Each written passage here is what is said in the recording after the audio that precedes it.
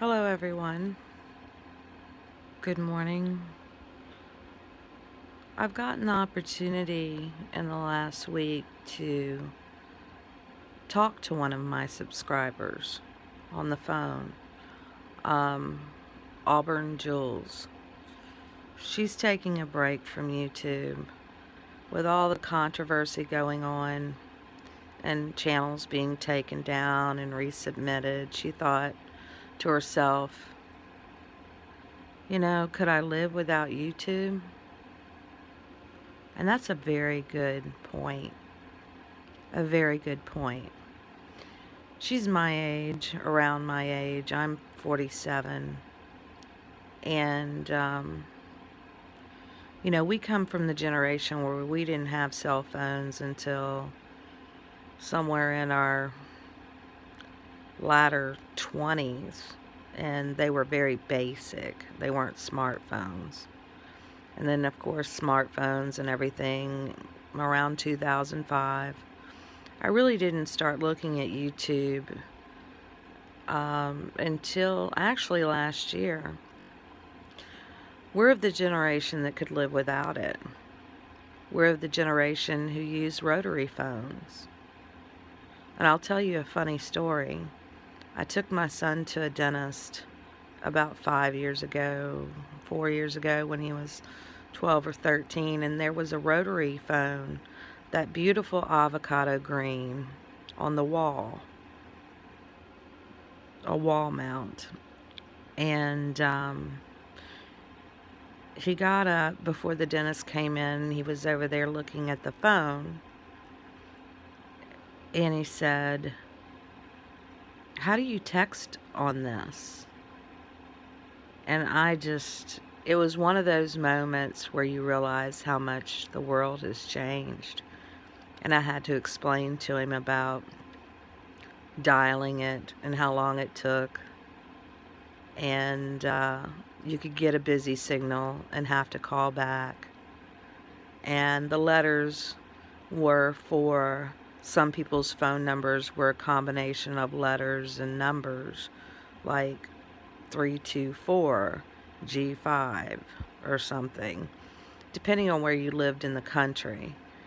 Or you had some people advertising, if their numbers fell into place, like get mail. Okay, so that's 7 letters. I'm just making that up. But for those of you my age, you understand what I'm saying. For those of you younger, it's kind of hard to imagine.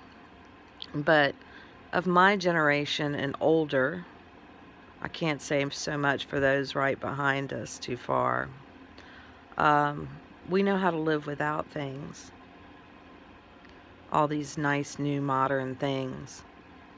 And it's going to be us that the younger generation will be looking to, if they're willing to listen, if something bad were to happen, on how to survive after they get over the initial shock, and they can actually live through the initial shock. It's sad how much we rely on technology. It's sad how children communicate via text, mainly, or Snapchat, or Instagram, and there's no longer one-on-one, face-to-face interaction anymore. I think social skills are lacking.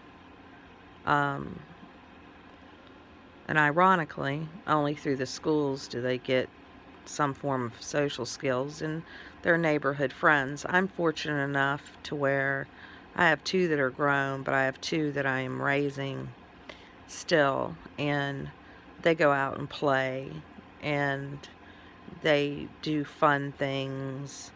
My daughter got a BB gun for her birthday, a little bit more advanced one. But they have basketball, and they play hide and seek, and chase, tag, etc. But there are so many kids that are locked up in their rooms, and they're perfectly happy being this way, not knowing any better, or locked onto the television. most of their lives.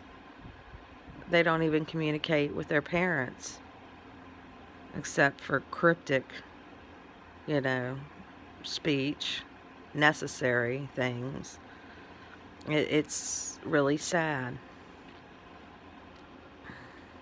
It's also sad how the structure of our country is broken down as far as families. I'm a part of that destruction. I participated in that destruction. I'm going to have to cut this short. As you can hear, I've got to go get control of my animals. But I will get back to you later. Have a great day.